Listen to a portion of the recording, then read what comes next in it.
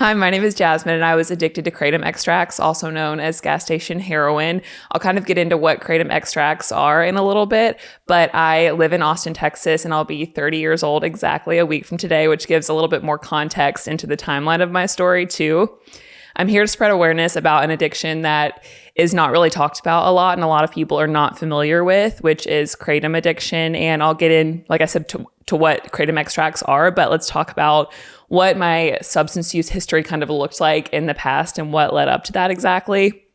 So I started drinking alcohol at a pretty young age, like 15 or 16, had a very typical high school experience going to parties. I'm in college too, like mostly going to parties, going to bars, and was a really heavy binge drinker. So I wasn't drinking every single day. I wouldn't have considered myself an alcoholic necessarily, but did not know how to moderate at all, did not know how to keep track of my drinking or anything like that. And that was something I struggled with. And I also struggled with smoking weed daily. So that was pretty much my senior year of college.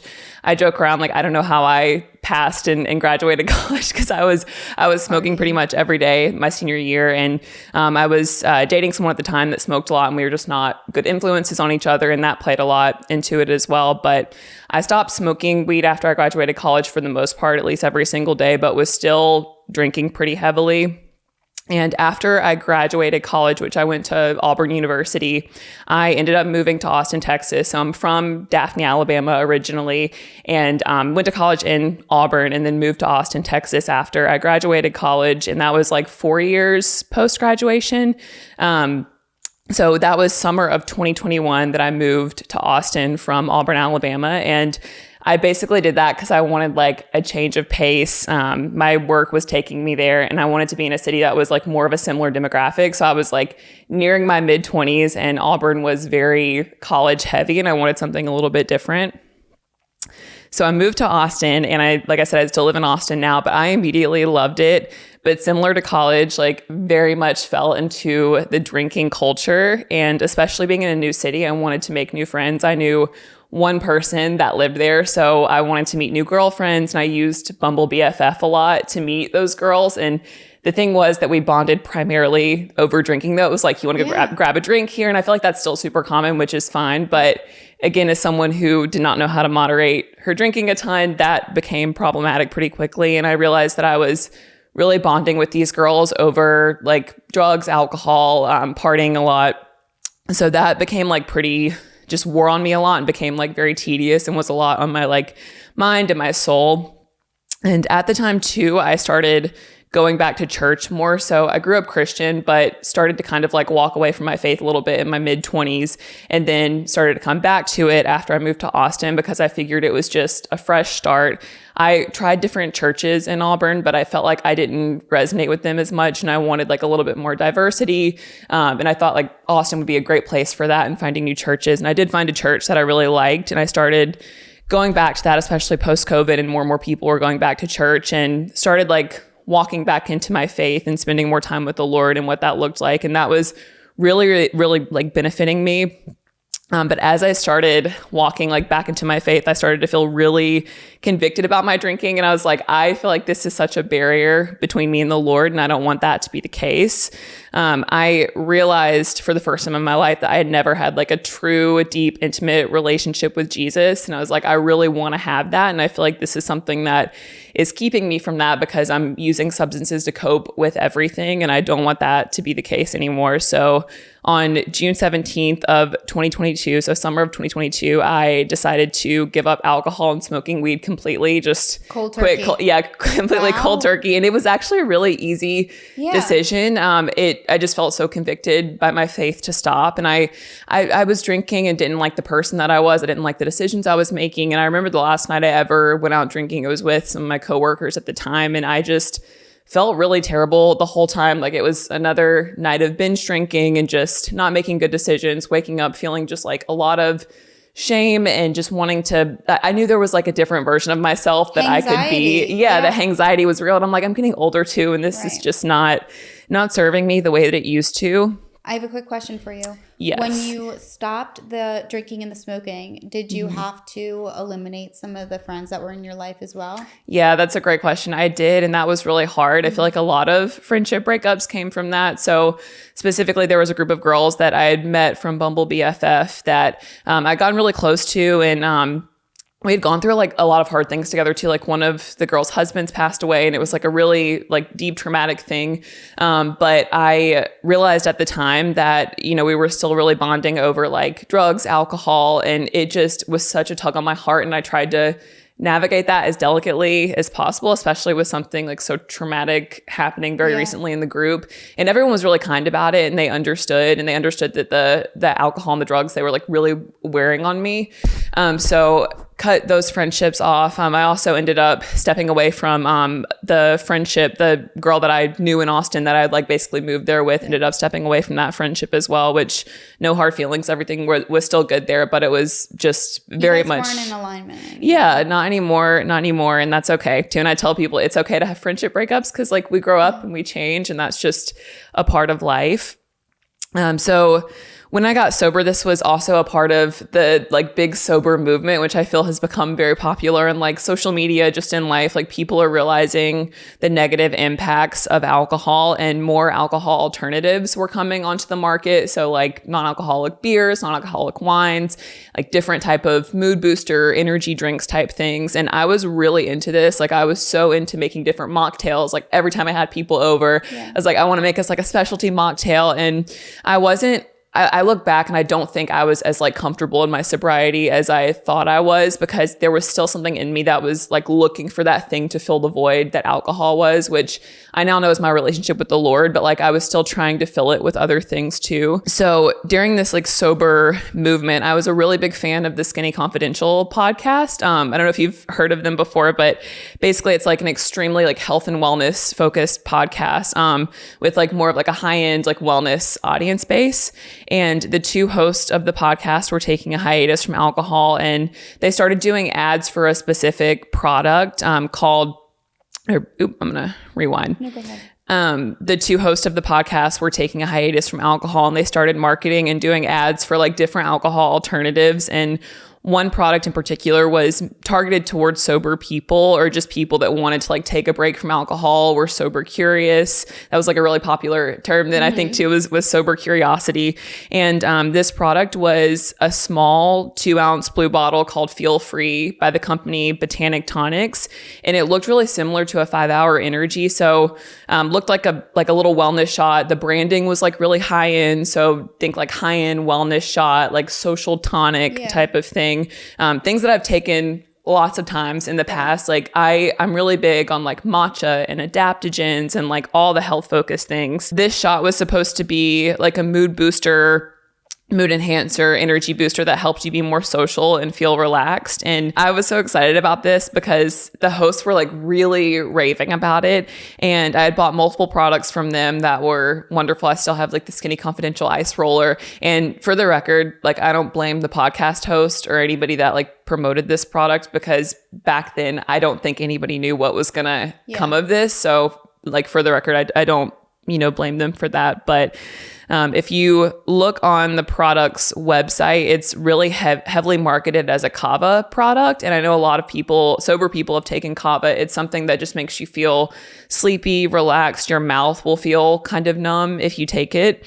And there's like, typically no age requirement or anything to buy kava. It's just like a non-mind altering type of thing. I've taken it before, never had any sort of addictive tendencies towards it.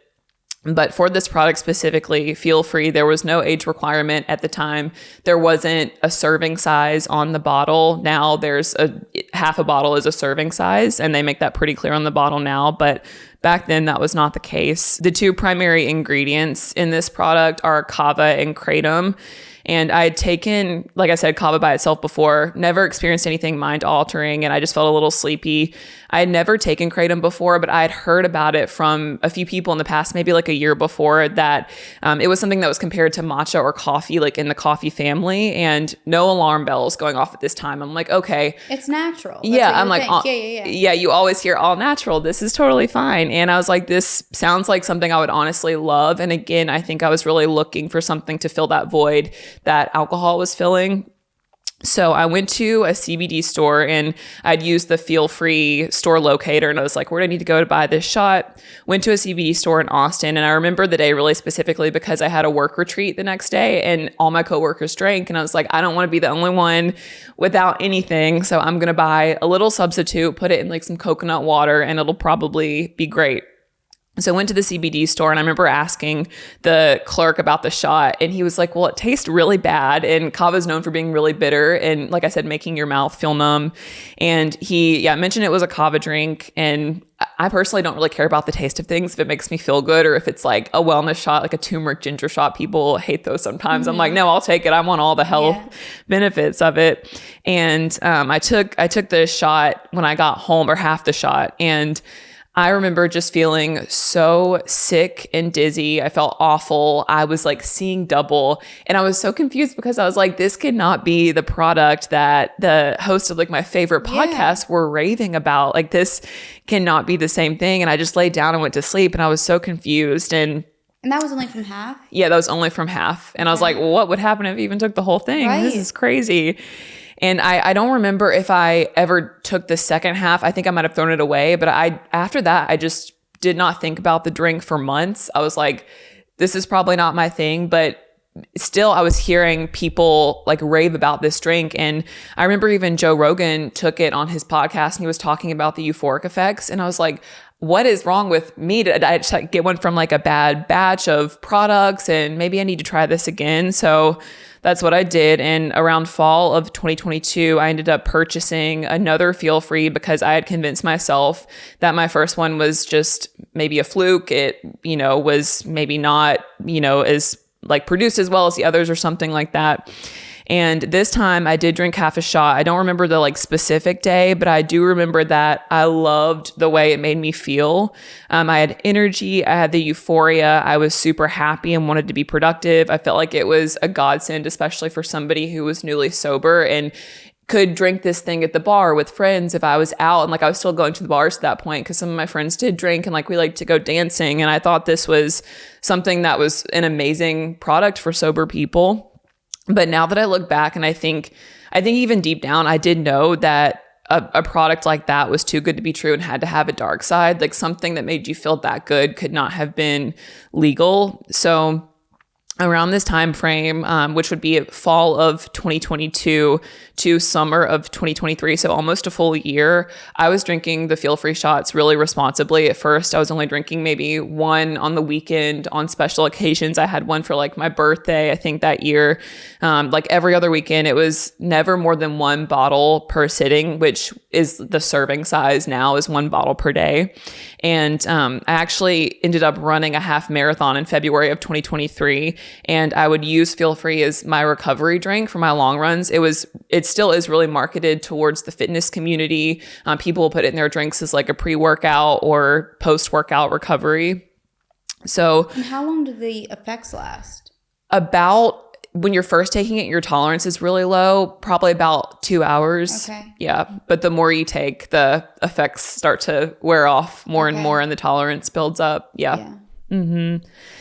Yeah. So in summer of 2023, when I was working a fully remote job, I had just gotten this job because I was laid off from my last job that I really loved, but just like tech industry was going through a lot of layoffs. I was working a fully remote job for a marketing agency that became very toxic very quickly. And what I mean by that is that there was no work-life balance. I felt anxious all the time. I was depressed. I started at this point taking at least one Feel Free tonic a day after work to cope with the feelings. And again, it was the feelings of like relaxation, euphoria. I felt like I could actually deal with my stress and like cope with the depression I was falling into better. And I was like, again, this feels like a godsend. It feels like something that is really helping me. It's helping me cope with my job. When in reality, I probably just should have left that job. But the job market's hard and it's scary and it's not as easy to just leave your job, because you're having a hard time with it. But I don't remember the first time I ever took a feel free during the workday, but that quickly became a thing. I want to say it was around September, October 2023 timeframe. And I noticed that I enjoyed my work a lot more when I took one. And it was way easier to have conversations with my boss that were normally really tough to have. Like I remember I would take them before client calls and I'd be like, all right, this is going to get me on my game. I'm going to feel good, be in a good mood. And I honestly like excelled at my job taking them. I ended up getting a promotion and I was like, these are all good things, right? And what I did notice though at that time is that the high from them, the euphoric feeling that would last like maybe a couple of hours, started lasting only 30 minutes or so, which if I sometimes I would start my day off with a shot and that would only last 30 minutes. I would be like, okay, I probably need to take another because now I'm getting really crabby and irritable. And yeah, the euphoria was good, but the come down was really tough. It's like typically what happens with opiates is that exact feeling. And at that time, no one knew that my usage of them was kind of ramping up. So people always ask me, like, do people know that you were starting to use them? And people kind of knew, but they just thought it was another wellness shot. Like I remember I went out with my friends one night and I brought one with me and I told them like, this is a little wellness tonic. We all brought a bunch of mocktails and one of my friends took a sip and no one else took it because they were like, it seems kind of nasty. And I'm so glad they didn't because they could have ended up like I did. But yeah, so people just kind of thought it was a little wellness shot, no alarms raised. If I was more anxious or crabby, then my family or friends just assumed it was because of my job. And I was blaming my job a lot on the addiction symptoms. And that was true too. Like I still was really grumpy and tired and depressed because of my job. And my family or friends would see like maybe one or two in my refrigerator, but like genuinely thought it was a harmless wellness supplement. So nothing crazy. And I did start to wonder if I had a problem with them because I was taking them every day and I wouldn't go into physical withdrawal yet. But like I said, if I didn't have one, I was just really, really grumpy. And I remember Googling them, and this was probably around like the fall 2023 timeframe. And there were a lot of Reddit posts that came up for people that have been severely addicted to them and they drained their entire savings. They were hospitalized. They basically lost everything. There was a guy who was suing them because he was a former alcoholic and he ended up relapsing on alcohol because he was taking 12 to 15 bottles of Feel Free a day. And he just didn't know what else to do but like relapse on alcohol because the withdrawals from Feel Free were so bad. So he was suing them. And I had really lied to myself and said I was not an addict and that I was not going to be that person. I was really in denial though, because that's what like addicts, we tell ourselves like, I'm not going to be that person. Like I'm not going to, end up draining my whole savings. Like that's crazy. I'd never been physically dependent on something in my life. Like I'd struggled with alcohol and marijuana use, but it was nothing like that. And my spending on them was not out of control at this point. I was making a pretty decent salary at my job and I wasn't concerned financially yet. So they cost about $7 to $12 a bottle, which is a lot, like especially with how many bottles people like myself ended up using per day. But you kind of stop thinking about the price of them and you're like, I just need to get my fix. And that's when things are not getting good. So my usage continues to ramp up around fall of 2023. And on October 19th of 2023 is the day that I ended up meeting my husband for the very first time. My best friend actually ended up setting us up and it was a very instant connection. We were officially in a relationship by mid-November. So dated for like a month, boyfriend and girlfriend in November. And we very much knew we wanted to marry each other. It was a very instant connection, very sweet. And we had planned for him to drive with me to Alabama to meet my family for Christmas that year, which we were super excited about. And I was just really happy for him to come with me. But kratom and Feel Free shots are not legal in Alabama, so they don't sell them there. And this is a big problem because I take Feel Free every day at this point. So I'm going to be in Alabama for 2 weeks. So I was mentally trying to do the math of how many bottles do I take with me. And I packed about 10 bottles of Feel Free to take with me, thinking that it would last for the full 2 weeks. And I thought this was a great chance to not fully depend on them. 10 bottles is still a lot, but you're thinking like 14 days, I'm going to have to stretch these 10 bottles. Yeah. Let's kind of take a little bit of a tolerance break, like maybe only drink them, on like special occasions like Christmas Day or like something. And I ended up drinking all of those bottles within 2 to 3 days. And I was like, shoop, I'm kind of screwed. I guess I'm just going to be like quitting cold turkey for this time period. And I continue to think that it was a good opportunity for me to be able to take like a little bit of a tolerance break. And yeah, I was taking them in secret when I was taking them during Christmas break before I ran out. So like my husband and I were driving to Alabama. I had them in our trunk and they were like open, like there was a case of them just open where he could see them, but he probably just thought they were wellness shots. I remember taking some in the bathroom when we made like pit stops because I was like embarrassed about it.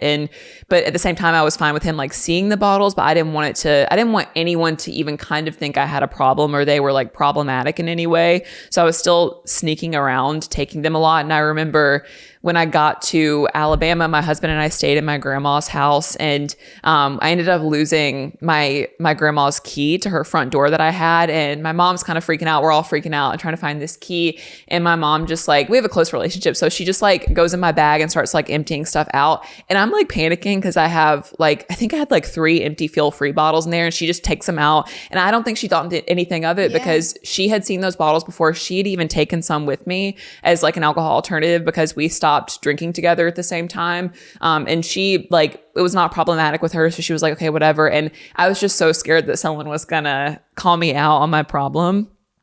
So ended up going through all of those bottles within 2 to 3 days. And my husband had to fly, or he's my boyfriend at that time, had to fly back to California to be with his families after being with us for a few days. And that is like when I ran out of bottles. He like didn't see me taking them.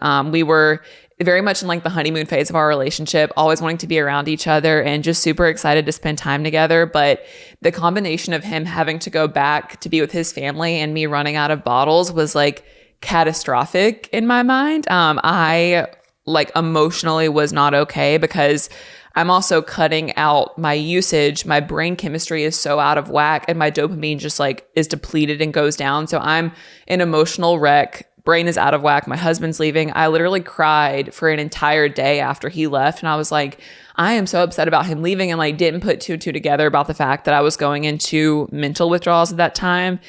So the rest of the trip in Alabama without taking Feel Free, I did not have any physical withdrawals, but the emotional withdrawals were really rough. Like they did get better after a few days, but were still pretty tough. And I was just looking forward to getting back to Texas and being able to take Feel Free again. And my mom, she drove back to Austin with me right before New Year's. And the very first stop we made when we got to Texas was to go to a gas station and get a couple of Feel Free tonics. I would take them with clean energy drinks and like mix the two. And that just gave me like a really boosted, euphoric feeling. And I think that was the beginning of the addiction starting to get really, really bad because I had quit for that period of time. And it was almost like a relapse. It's like, when you relapse, it's like 10 times worse than the usage ever was, and it just ramps up entirely. Yeah, at that point, the addiction was getting worse. And fast forward to January of 2024, I was at the same job, the same toxic job, and the work culture just continued to get worse. I was also in a lot of isolation working remotely, which I've learned that working remotely is just not for me. Like I'm in a hybrid environment now and in a new job now that is so much healthier. And I just like being around my coworkers. I like to it's almost like an accountability thing too. It's like you have to show up for your coworkers and present yourself as a certain way at work. But working remotely, it was so easy for me to run to the gas station, go pick up a couple of Feel Frees every couple of hours at this point. And I'd already started doing a lot more research about kratom because I knew it was getting worse. And basically what kratom is a plant native to Southeast Asia. And what Feel Free is a kratom-extract, which is a highly concentrated version of whole leaf kratom. And it's very similar to an opiate. So it activates your opiate receptors in the exact same way.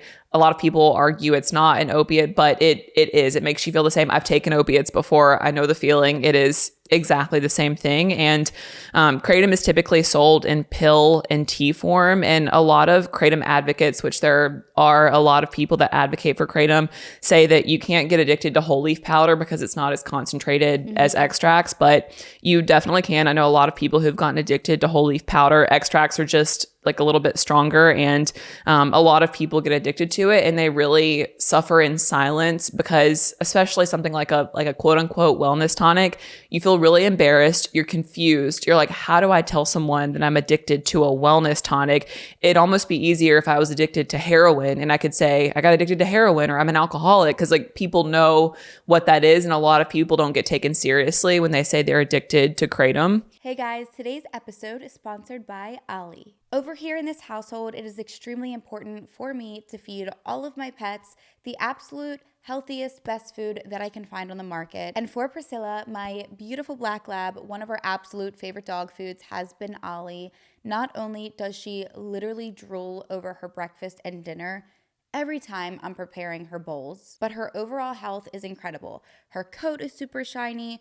Her poops are smaller and not massive and kind of runny. I know it sounds gross, but it's very true. Both her shedding and her dandruff are not as bad, and overall, her digestion is so much better. Ali makes fresh, protein-packed meals made with real human-grade ingredients, and even better, they offer 5 different recipes. So for those of you that might have some picky eaters over there, there is definitely a flavor or a recipe that they are sure to love. Your dog's well-being starts with their food. And that's why Ali delivers fresh, human-grade food that your dog will love. Head to ali.com/insane. Tell them all about your dog and use code INSANE to get 60% off your welcome kit when you subscribe today. Plus, they offer a happiness guarantee on the first box. So if you're not completely satisfied, you'll get your money back. That's OLLIE.com/insane and enter code INSANE to get 60% off your first box. I promise you, your dog will be thanking you. Okay, so I just moved into a new house, and if any of you have moved before, then I am sure you can relate to all the new fumes, the smells, whether it's new paint, new furniture, chemical fumes. If you're moving into an older house, maybe it's some dusty air vents. Overall, we just don't know what we're breathing in, and that's why I decided to get Jasper. And let me just tell you, I am literally obsessed, and this is not just some cute air purifier that I got for my house. This is a medical grade air scrubber, which means it is not just filtering the air, it is actually scrubbing it clean. So anything like smoke, mold spores, VOCs, chemical fumes, all gone. It is scrubbing it clean, and now we can breathe some fresh air. And as you guys have seen, and I talk about them literally all the time, I have many animals in my home. So it actually makes me feel a lot more comfortable and safer knowing that the air I'm breathing in is clean and safe for not only me, but also my amazing fur babies. So that being said, if you want to try Jasper, they actually gave me a code for $300 off. All you have to do is use code INSANE at jasper.co. That is insane, INSANE, at Jasper, JASPR.co for $300 off. And I promise you, you will not regret it. Your air will be scrubbed clean, fresh, filtered, and you will feel a lot more safer and comfortable in your environment too. And now back to the episode. So the people that are advocating for this kratom, are they not experiencing the bad side effects, or they're not allowing themselves to because they're so addicted to it? I'm confused, like why someone would advocate for something that could go so south so easily. Yeah, so kratom is also used as like a harm reduction tool for people that are getting off of harder substances. So if someone's coming off of heroin, they might use kratom. But I mean, I think it's just trading one addiction for another. Yeah. It's a lesser of two evils for sure. And there have been kratom related deaths, but significantly fewer than heroin. Right. Like it's very minuscule compared to harder substances, but you can still die from kratom. That has happened before. And to become addicted and reliant on something, it will stop your life. Yeah, for sure. Yeah, for sure. It takes away your quality of life. And to have to constantly think about dosing and it takes up so much real estate in your brain, and it really is so sad. And the advocates will say they use it as like a harm reduction tool to get off of a harder substance and also for pain management. So a lot of people don't have access to pain medication, or they can't get it from their doctor, so they'll go to kratom and get it from like a CBD store or a gas station, which is wild that you can just go buy a legal opiate at the gas station or a CBD store completely unregulated, which that's a whole other story. But a lot of people will advocate for it. I know in like Louisiana, for instance, I think it might become illegal. And there was like a rally a few weeks ago of people who were advocating for kratom. And I don't want to take away from their experience. Like if it helped them get off of something, like it's better for them to be on something that's likely not going to kill them than to be on the streets and be on heroin.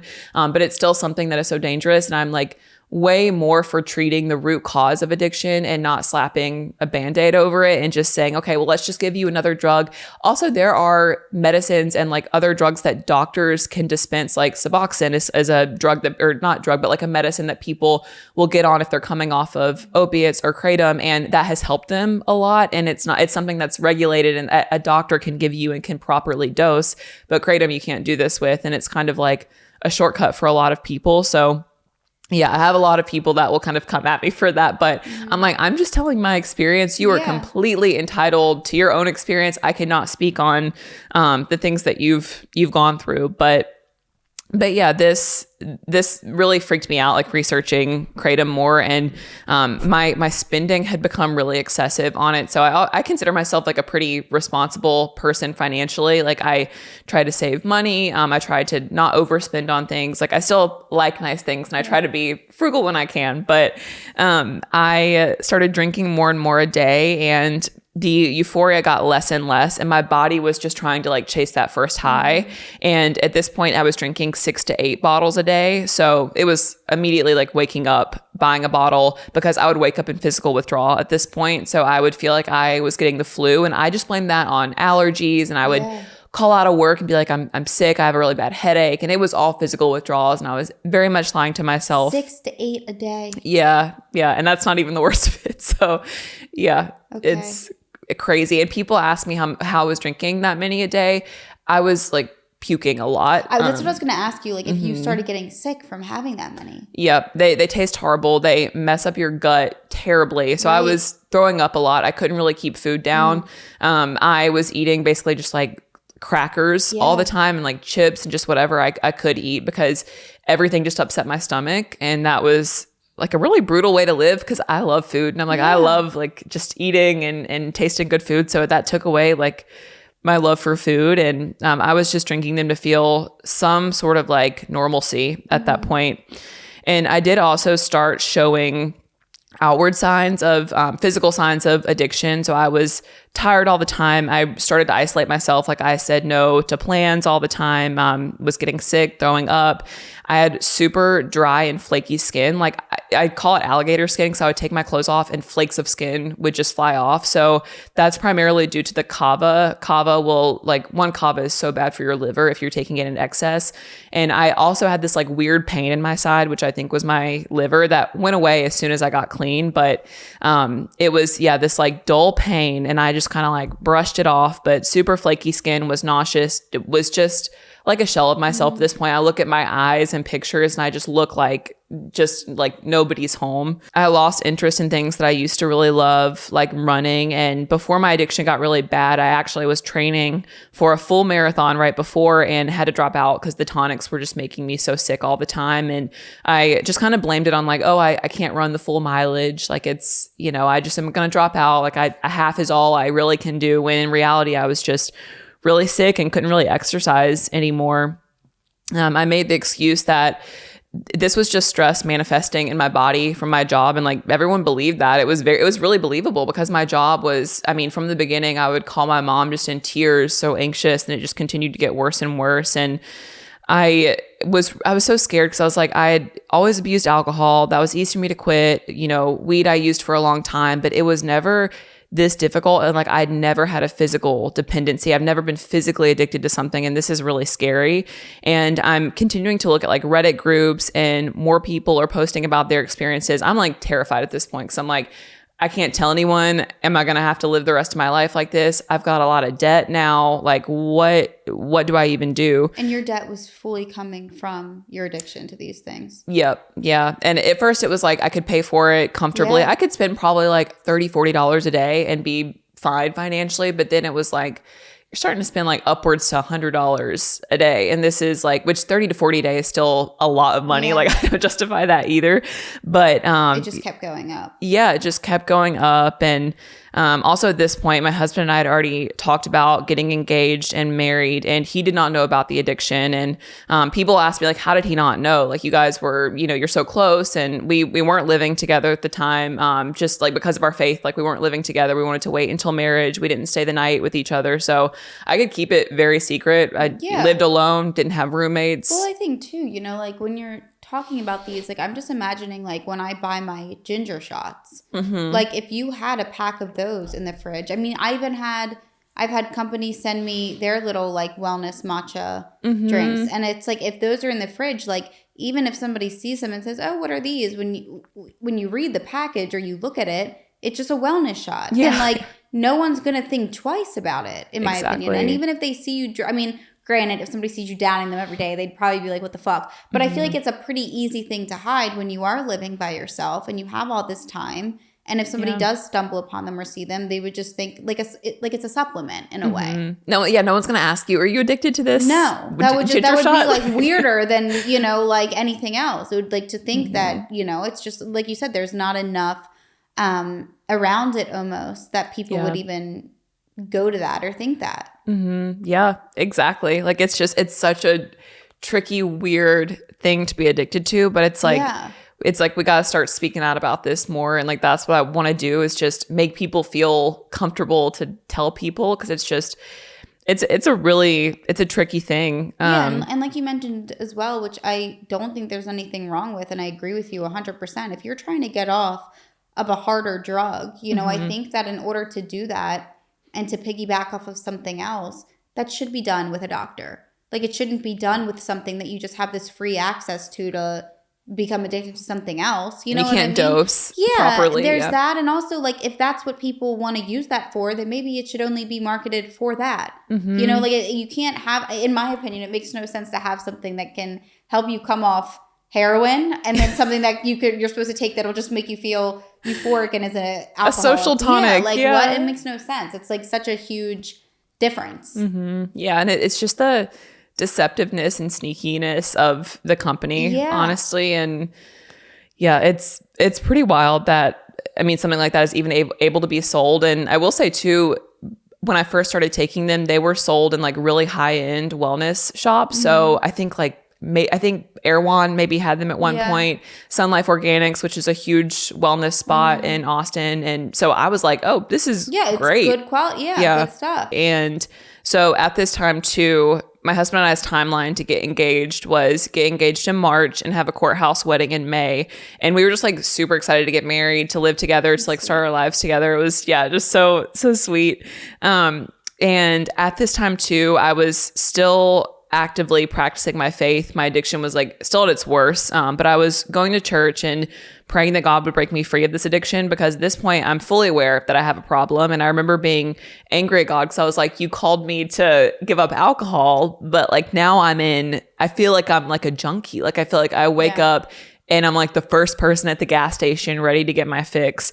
And it's just interesting because now I realize that he was allowing me to go through that, to be able to share my story and have like a deeper empathy for people who have gone through addiction and gone through a physical dependency like this, which is like really sweet to look at. And like his plan is just so much greater than we can ever comprehend. So at this point, I'm up to 9 to 12 bottles a day. And this is the worst it ever got. And this is like give or take 9 to 12. Like sometimes it would be less than that. Sometimes it might be more than that. So it was a lot of bottles per day. I would wake up and either immediately run to the gas station and get 2 to 3 bottles. And then you would take the 2 to 3 at one time?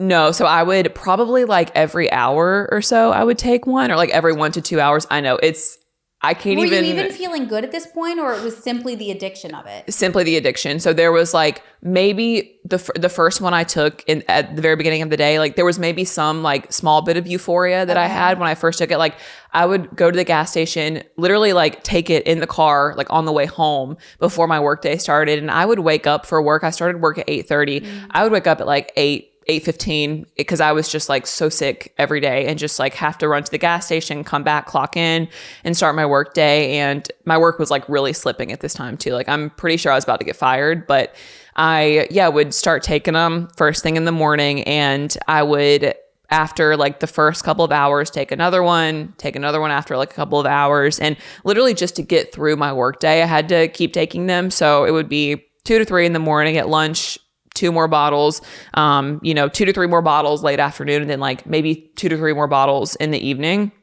And I was easily spending like over $120 a day at this point. And that's like $3,000, $3,500 a month, which is, I could have like had a house, right? like rented another house at that point. Nice car, yeah, like nice apartment. Yeah, literally anything. Yeah, it is like, oh, it hurts my soul. But I was also having the bottles delivered via Uber Eats and DoorDash to my apartment, which is so dangerous because I'm like, I already don't need. There was a point where I was hoping like one of the delivery people would like notice I was ordering so many and like put like a note and be like, if you need help, or like, are you okay? yeah, because I'm like, they like the shop owners have to be like, this girl cannot be well. But yeah, I was going to the same gas stations every day, and I was doing Uber Eats, and I ended up draining my savings.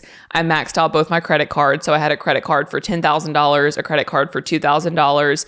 I took out a $3,500 like quick cash loan, which is like, I think it was called like Credit Fresh, and you get your money the same day, but the interest rate is like insane. And you took it out for these drinks. Yes. And just to be able to like buy groceries, like I wasn't eating much, but like I have a cat and a dog, or had a cat and a dog at the time. And I was like, I gotta, make sure they're taken care of and fed and whatever.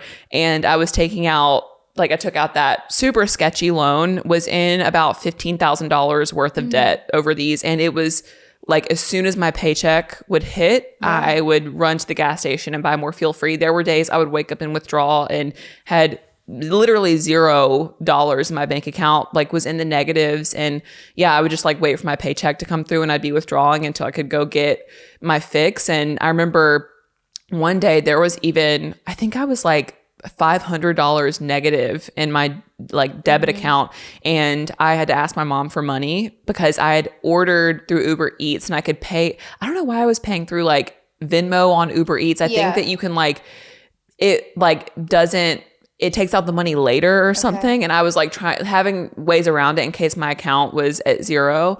And I remember I had to like ask my mom for money, and I forgot what excuse I made, but I was like, oh, I was just like ordering Uber Eats and stuff. And she knew I was like anxious and like depressed this time. And I think everyone was just trying to like make sure I was okay. And that I was like healthy and doing well, which like obviously I wasn't really at the time. But I was going to every gas station within like a 5 to 10 mile radius of my apartment. And throughout the day, it would get to a point where I was so embarrassed to see like the clerks at the gas station, because I was like, they're gonna like, what are they gonna think of me? I'm buying, I can't come back more than once in a day. So I would hop around from gas station to gas station, and that's when I started using delivery too, because I was like, I just don't want them to see me anymore. And it's funny because now that I'm clean, I'm like, I wonder if they think I just like mysteriously like passed away or something. Right. Yeah, I just stopped coming all of a sudden. But so at this point, no one knew about addiction, right? No one knew. And did you ever have a thought in your head like, maybe I should go to a rehab or something for this? I mean, at the same time, like I feel like, why would you think that for something like that? Because I think that we do when we do think of things like rehab and stuff, we're thinking of it for harder drugs and stuff. Yeah. I didn't actually think about rehab seriously until I told people about my addiction. And that was like when I started to take it a little bit more seriously. I was like, oh, maybe rehab's an option. I don't know. And I did think about rehab, though. I didn't end up choosing that route. But at that time, though, before I had told anyone, I wasn't thinking about it yet. Yeah, I honestly had convinced myself that I was going to have to live like this for the rest of my life. And I was like, I don't know what because you're mentally so messed up, and you're like, I don't remember what my life was like before these. Like, right. How am I going to... You probably didn't even know what it felt to feel good off of anything. Mm-hmm. I'm like, how am I going to enjoy anything? Because I would take these when I felt sad, when I felt happy. Like, it was, a lot of people will take things and like cope when they're like feeling really like sad about something or like going through something hard. Like, I feel like I took them more for the like happy things in my life. I'm like, oh, it's a friend's birthday. Let's go celebrate. I just got this promotion. I got to celebrate. Like, and that was what was hardest for me when I got clean too, is that I was like, I don't have anything to like take when I celebrate, you know? And I like, that's gotten better, but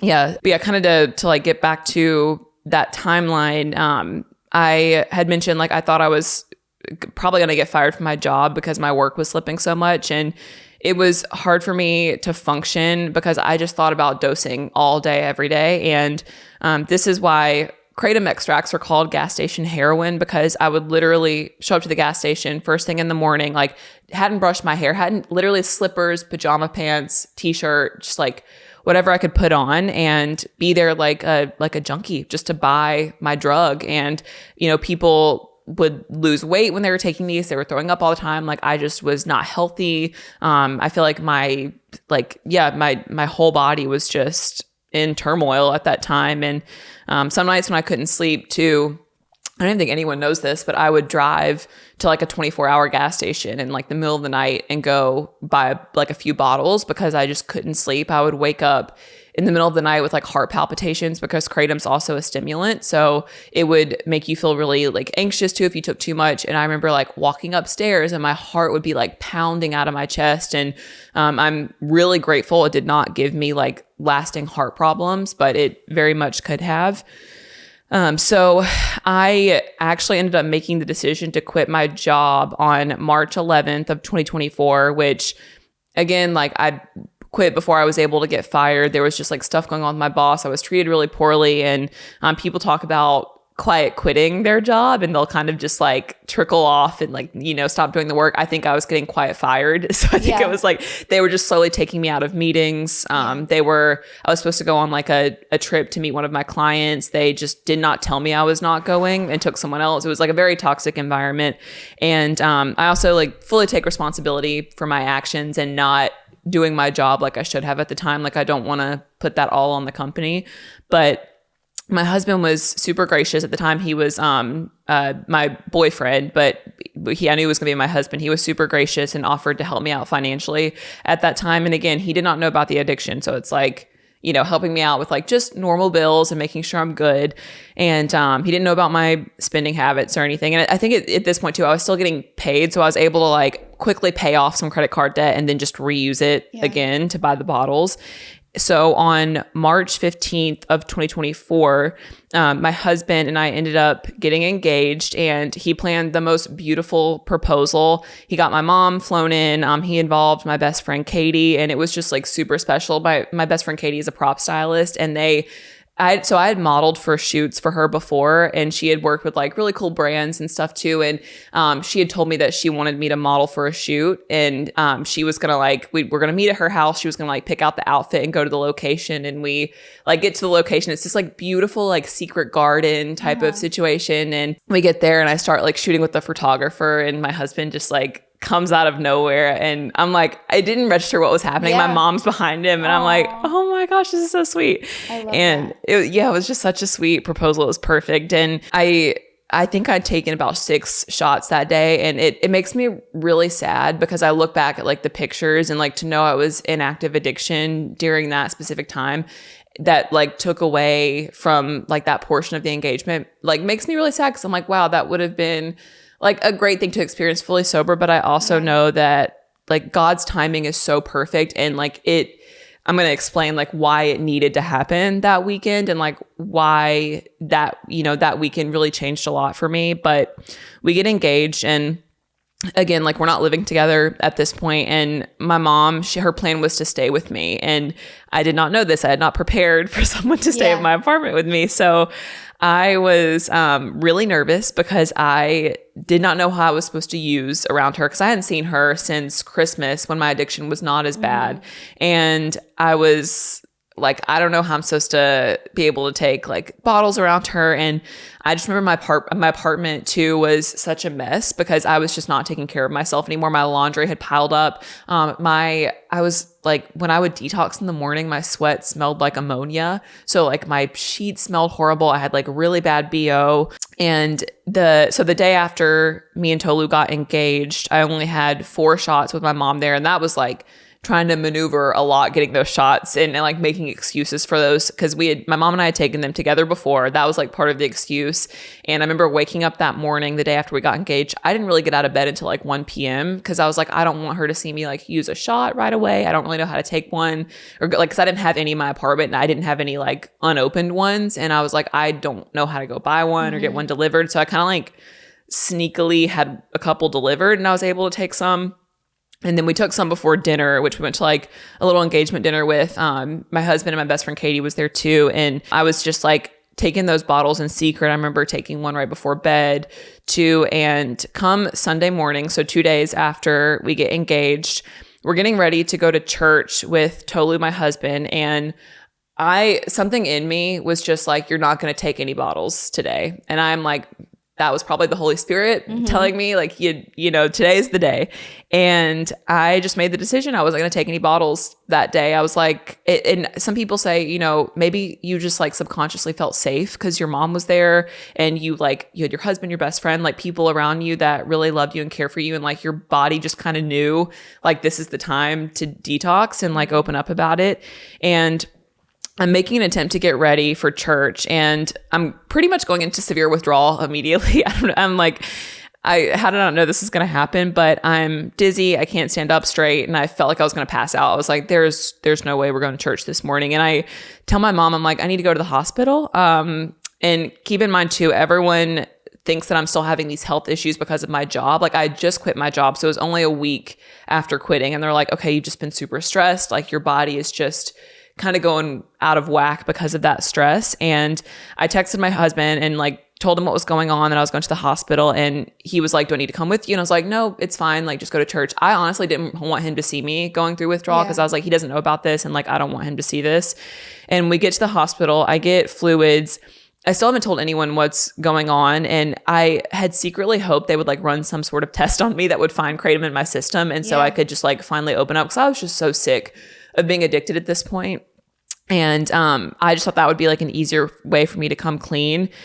And after I got the fluids, we came home to my apartment and I immediately got to bed. And this was when the physical withdrawals like really started to kick in. And this was the most uncomfortable I've ever felt in my life. Like it's kind of hard to explain. Anybody who's gone through opiate withdrawals knows what I'm talking about. And there have been people who have gotten off of heroin that said that kratom was worse than getting off of heroin. And I felt like there was just this electricity running through my body constantly. I could not get comfortable for like the life of me. I had horrible restless legs. I couldn't eat. I couldn't sleep. My mom was there like making sure I at least took a few bites of food and like drank water and just wasn't like withering away completely. And I was literally going into opiate detox from a wellness tonic, which is so crazy. And I was crying a lot because the emotional and mental withdrawals were so tough. And I just remember being like, I don't want to be left alone. I'm so sad. Like, why is this happening on my engagement weekend? Like, I've destroyed my life. Like, how am I going to open up about this? And my mom was crying and she was calling Tolu and like calling my dad. And she was just like, I don't know what's going on with Jazz. I don't know if she's dying. Like, there's this like weird undiagnosed illness. The hospital couldn't tell us anything. And that first day of detox was absolutely the worst. And on the second day, I did start to like slightly feel better. And I kind of rewind to the first night that I detoxed. I took NyQuil, and like fun fact, you're not supposed to take NyQuil when you're detoxing because it makes restless legs worse. So that made my withdrawals even worse, taking the NyQuil. And so I wake up, it's a Monday, the day after my first day of detox. And I felt good enough to actually like just get out of bed and go grab like a bite to eat with my mom. And so later that day, that Monday, my mom is running some errands for me. We had come back from lunch. She like did some things around my house, did laundry for me, like took care of the animals. And it was just so sweet to me and like really took great care of me. And I remember I got up to go to the bathroom and I still couldn't stand for long periods of time. So I just like sat on the toilet, like wasn't even going to the bathroom, just like sat on the toilet and was just kind of like contemplating life and everything I was going through. And all of a sudden I felt what I know to be the Holy Spirit, which, like, if you're not a believer, is the spirit that enters into you and you become a Christian and gives you like the direction and the discernment as a believer, and also represents like God's presence within us. And I felt the Holy Spirit convict me to come clean about my addiction to my loved ones and spare like no details. It was just this immediate like wash of, you gotta like confess right now, and like now is the time. And this was like God telling me that it was finally time for me to be free, which is like so ironic because the product is called Feel Free. And it you know, people joke and they say it should be called Feel Trapped. And right. But I first immediately came out of the bathroom and sat my mom down, and she had actually, like I said, taken Feel Free with me a few times. So she knew that it like made her feel good, but it wasn't to the point of being hooked, like, thank goodness. And, I told her about my debt, how many I was drinking a day, that I might like seriously need to consider rehab. And that was when I was like, Mom, do I need to go to rehab? Like, I don't know how that works. Like, what do I do? And she was like, I don't think you need to go to rehab, but like, I'm so relieved that you told me. And that was not a reaction that I was expecting. Like, I needed to give my loved ones more credit because they're amazing. But I was like expecting some sort of like, oh, you've been like lying to me. You've been asking me for money to pay for these things. And no, she was like truly an angel and was like, I'm relieved that you told me, because she like truly thought I was dying from something just undiagnosed. She was like, this is like a good thing. We can like help you, and like we can help you get clean, and like thank you so much for telling me. And like, this is what I tell people who will reach out to me and ask, like, how should I respond to someone that tells me that they're addicted to these? And I'm like, tell them that you were so proud of them for opening up to you. Do not make them feel judged. Don't make them feel condemned, because like they already are judging themselves. Yeah. Like they already feel all the shame and embarrassment. So right after I told her, I called Tolu and I like told him everything, and he had the same exact reaction. Like there was no judgment, no condemnation. He did not shame me at all and made me feel like really empowered and supported. And he's always told me like, it is never me and you against each other. It's always me and you against the problem. And like, he really treated my addiction that way. And he's like, okay, like, let's, you know, work on getting you clean. And like, how can I support you in this? Which was just so gracious. And like, that's truly the love of Christ. And like, that's the best way I can explain it, is like, I feel like Christ was just like working through them so heavily and through my addiction. And that was just so sweet. And then a few days later, my best friend Katie came over, and I told her in person and like sat her down, and she was so empathetic. Like she has a soft spot for addiction too. And we sat down and watched like a bunch of 12-step videos together. And she's like, all right, we're going to get you clean. Like, I'm so proud of you for opening up. And she actually went with me to my first Narcotics Anonymous meeting, which was so sweet and supportive. And after that, it took about 2 weeks to like fully feel like myself again after the physical detox. And the physical detox was like 3 to 4 days really severely, and then like progressively started to get better. My skin, like I said, was really dry from the kava. And I mean, I was putting on like castor oil, all these different types of lotions, and like it just sucked up all the moisture. And then finally at about 2 weeks, I started feeling like my physical self again. And people will kind of talk about the pink cloud that you experience in sobriety when you first get sober. You're like, oh my gosh, this is what it feels like to feel physically good again. And that's what I felt. I was like, oh my gosh, wow, I'm so happy that like I decided to get sober from these things, and like God convicted me of that. And at this point I was not tempted to relapse, because I was like, those withdrawals were horrible. I never want to go through that again. I'm like, that scared me. And I want to say too, like I don't want to condone anyone just like quitting cold turkey and not consulting a medical professional, because that can be very dangerous. Like you could have a seizure, you don't know how your body's going to react. Like I was just fortunate that I could detox at home, and like I didn't consult a medical professional, which I, you know, probably should have. But yeah, just like, please consult your doctor if you're going to go through something like that. And yeah, like the physical withdrawals were not super long by any means, but the worst by far was the mental withdrawals. I would say that at like 6 months sober is when I started to feel normal mentally again. That was really tough, because I kind of just felt this sense of like dullness and sadness after the initial high of the pink cloud, which lasted for about a month. So up until then, like it was very tempting to relapse, because I was like, my life was, your trauma starts to kind of like, your brain forgets it and you stop thinking about it as much, and you start romanticizing your drug of choice, and you're like, oh, well, this is why I used it. It made me feel really good when I like went out to dinner with friends, and you kind of start to forget what it put you through. But during that time too, I also experienced a lot of anhedonia, which is basically a lack of joy and pleasure in everyday things that you used to love. So like my brain chemistry was like getting back to normal again. And at about like 2 months sober from kratom in June of 2024 is when I decided to share my story publicly on TikTok. And I knew like from the moment I got sober that I wanted to talk about it, because I was like, someone's gotta bring more awareness to this. Like I wish I would have had someone actively talking about their addiction on social media, and I could have like watched their videos. Right, because I think when that happens, especially with something that you really have no idea about, it gives you that insight and knowledge, and there's nothing like experience of somebody else, like real experience of someone else. Because it's one thing to Google something, but I feel like Google has so much mixed reviews. Like there's no like just a real link or a story usually that you can click and like read someone's firsthand experience with something. And that's why I always say there's, a huge reason why I do this show, so that you can look something up and just very clearly and straight to the point hear someone's story. Yeah. And I think too that would have helped you, not feel that shame, and to even have an understanding of like, wow, like you can be addicted to something that isn't marketed as a drug. Yeah, exactly. Yeah, no, that's so true. And like, yeah, it's a hard place to feel seen and related to. And I do think a lot more people are speaking out now, which is really cool to see. I mean, I hate that so many people have struggled with this, but yeah, so I was going to ask you, have you found other people that have gone through what you have from that drink? Yeah. I mean, I would say even just like on Reddit alone, there's like tens of thousands of people. Jeez. And I still get messages on TikTok probably weekly from people who are like specifically addicted to Feel Free. And it's like, that's the thing too, is addiction doesn't have like a specific look. Yeah. You can still be very high functioning. You can still hold a really good job. You can be a mom. You can be a dad. You can be,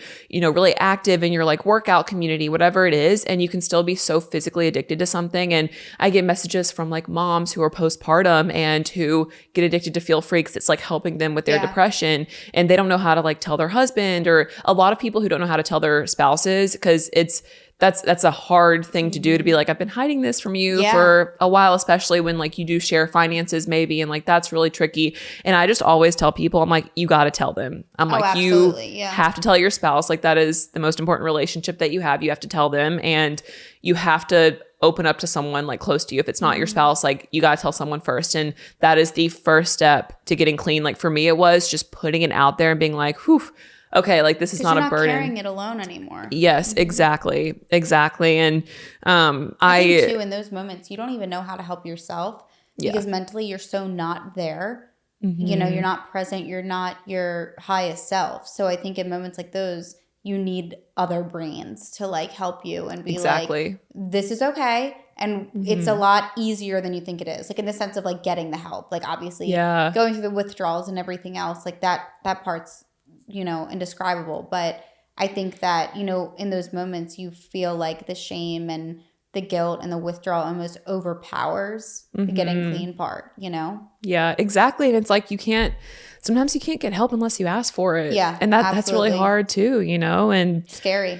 It is. It's very scary. And just, I sympathize too, because you don't know how people are going to respond, and you're like, oh my gosh, is this person gonna, because I do get, the messages I get from people, and they end up telling me like, I told my spouse, but like they did not respond well. And I'm like, well, give them time, because like they do have a right to feel hurt. Like they do have a right to, feel, you may be sad that you were hiding this from them, but like let them feel their emotions, and like it, they will likely come around, and like things will be okay. So, but every situation is different, and I can only just like hope the best for people. But when I shared on TikTok about my kratom addiction, previously I'd already been using the platform to talk about my sobriety from alcohol. And so I was really scared to share my story about kratom too, because I felt like I was living this lie on TikTok of like, oh, I'm talking about sobriety, but I'm like actively becoming addicted to kratom. And that's part of the reason I was in denial too, because I had built like a small following, but I was talking about getting sober from alcohol, but like still taking kratom shots. And that was like way before the addiction got really bad. It was like during that year of, I was taking them kind of more sporadically, but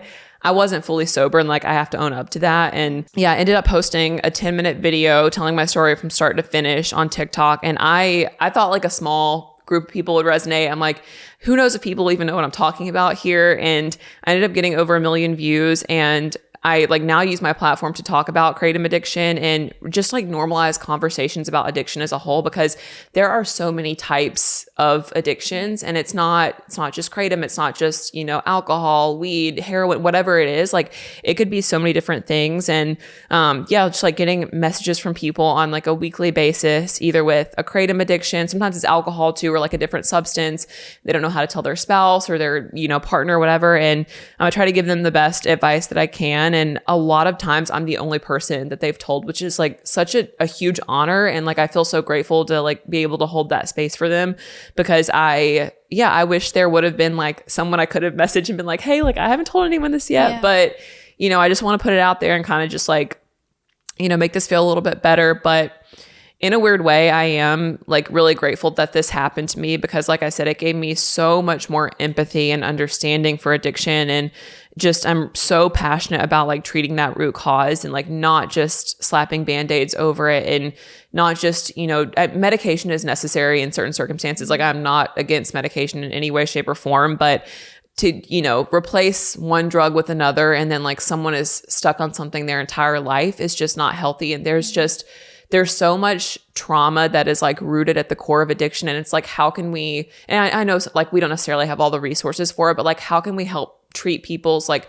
trauma and the things they've gone through and like normalize conversations around it and not make them feel like they have to like bottle up all these things forever? Cause I think like a lot of my addiction had to do with like my self-worth. Like I had very low self-worth for many, many years. And just, you know, the way I viewed men and like my relationships, and just I was super codependent on a lot of people. And I used substances to really soothe my emotions to make me more confident, because like I was just not confident in myself. And it wasn't until like walking in true sobriety that I'm able to like actually learn who I truly am and like get to like really love myself. And it's like treating addiction doesn't just look like, I mean, rehab is a great thing. I think rehab is wonderful. I think that is a great resource, but it like looks like treating the deep emotional healing that's needed in like recovery programs. And I'm really passionate about like trying to get those types of things like implemented into different recovery programs. And now I'm over a year clean and sober, and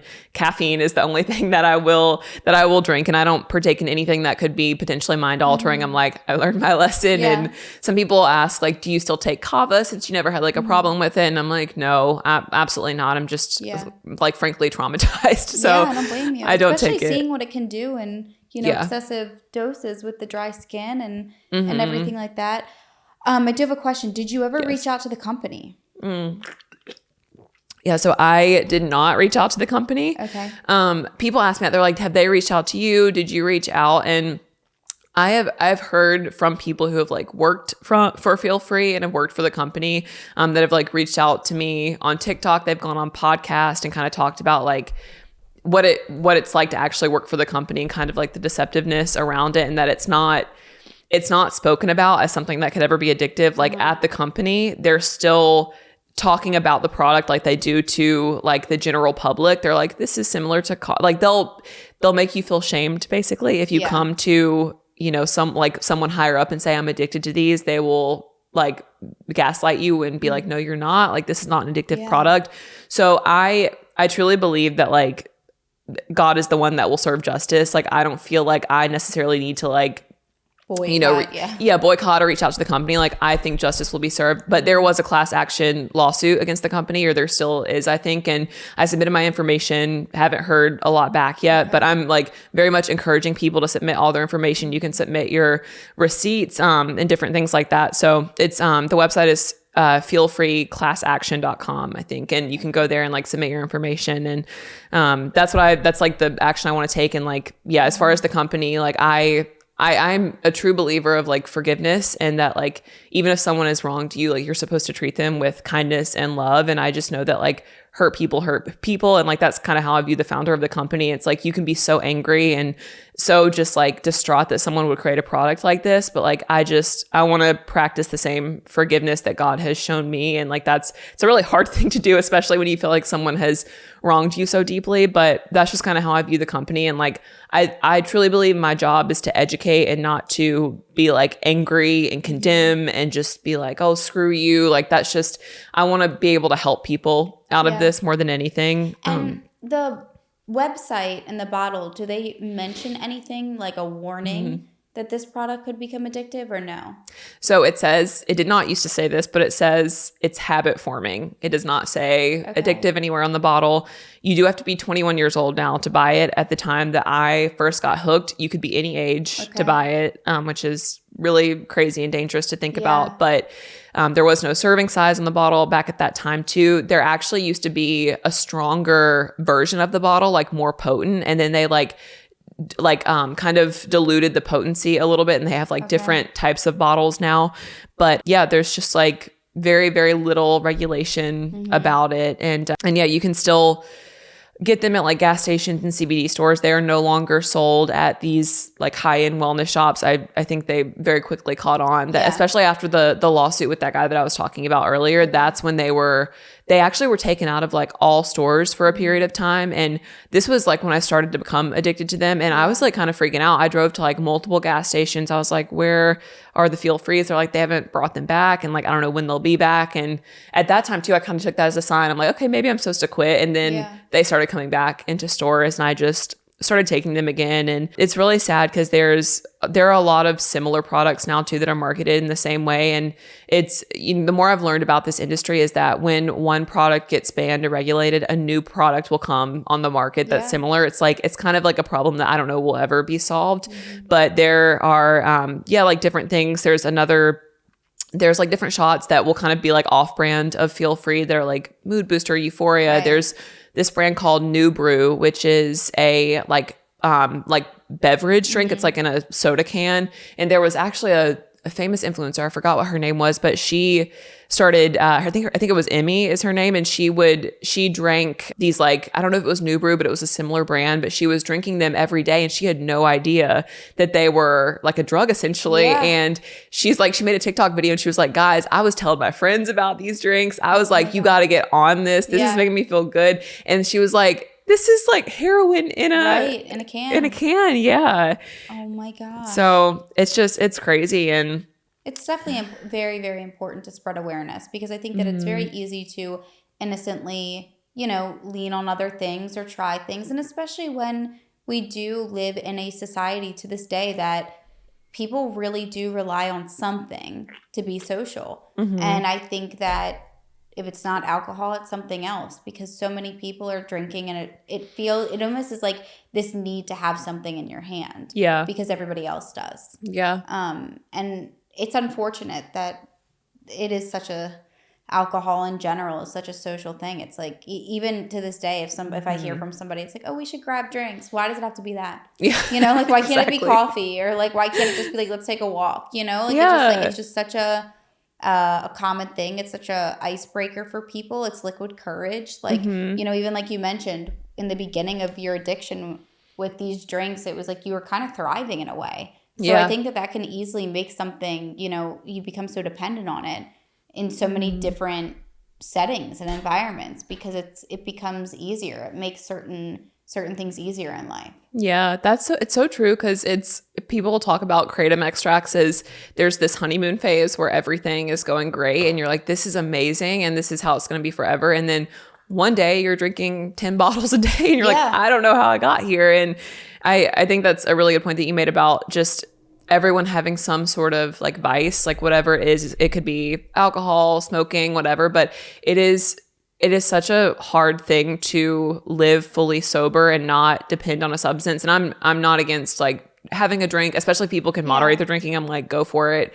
But if it's something that is, blocking you from living to be like the truest version of yourself, and you're not tapping into like something deep within. And like, for me, that was my relationship with the Lord. It's like I luckily wanted to have that badly enough, and like he convicted me enough to be able to stop, but like it's not easy to do that. Like it is, I never thought I would be fully sober in a million years. I was like, I used to make fun of sober people and be like, how does someone just like not do anything? Like, it's what a boring life to live. And I saw a TikTok where this girl was like, the hardest drug you will ever do is full sobriety. And I was like, that is so true, because you're just faced with all of your emotions. You're faced with all your trauma. You can't mask anything. No, you can't. But it's like, I encourage it so much because it is the most freeing thing I've ever done for myself. And it's like just this wonderful thing. I get to just live life truly to the fullest, be so present. I feel like I have more time in the day. I mean, of course, not having hangovers or like getting sick is a wonderful thing too. But yeah, it's been really cool. And now I help lead a recovery program at my church. And it's more of like an all-encompassing recovering program. So it's not just for like drug or alcohol addiction. It's for like childhood trauma, like porn addiction, eating disorders, codependency. You can literally bring whatever you have to the table. And it's more about that like in-depth healing. And there's like a 15-week step study program where you go through like self-inventory, and you're able to really like look into the root causes of addictions or like just things that you're dealing with. And the way I look at it is like, we're never fully recovered. Like we're constant. Everyone has like their things that they're going through, and like no one is ever going to get to a point where they're like, all right, I'm perfect. I've recovered from everything. Like new things are going to continue to come up. So it's like, it is so important to continue to do that self-work for that reason. And yeah, like it, with as far as kratom, it's completely illegal in some states, like Alabama, completely illegal, and it's, completely unregulated in other states. So